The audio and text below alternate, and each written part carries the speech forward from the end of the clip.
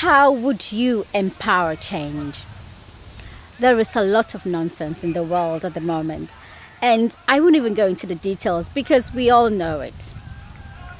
There has never been a more important time to empower women, to empower children, our community, and dare I even say it, men. So let's have a chat about it. Here's how to do it.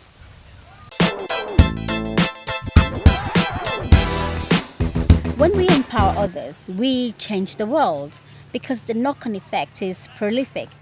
But how would you personally empower change?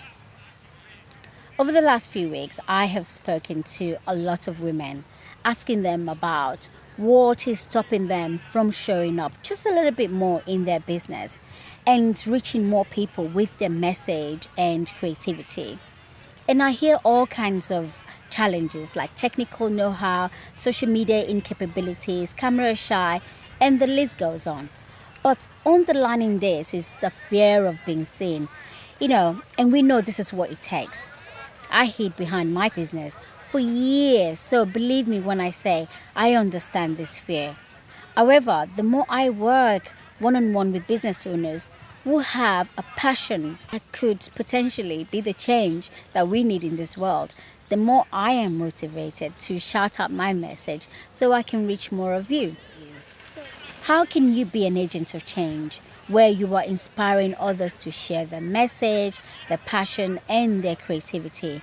Because for me, video has been a powerful tool to do this, and it can be for you too. So, you can reach more people with it, others can help you share their message, and you can grow your business really rapidly in the process using this tool. If you're struggling with using videos in an effective way to help you get your message to the world in a way that is authentic to who you are as a person or brand, then reach out to me and let's get you some clarity on a way forward and how to do this very well.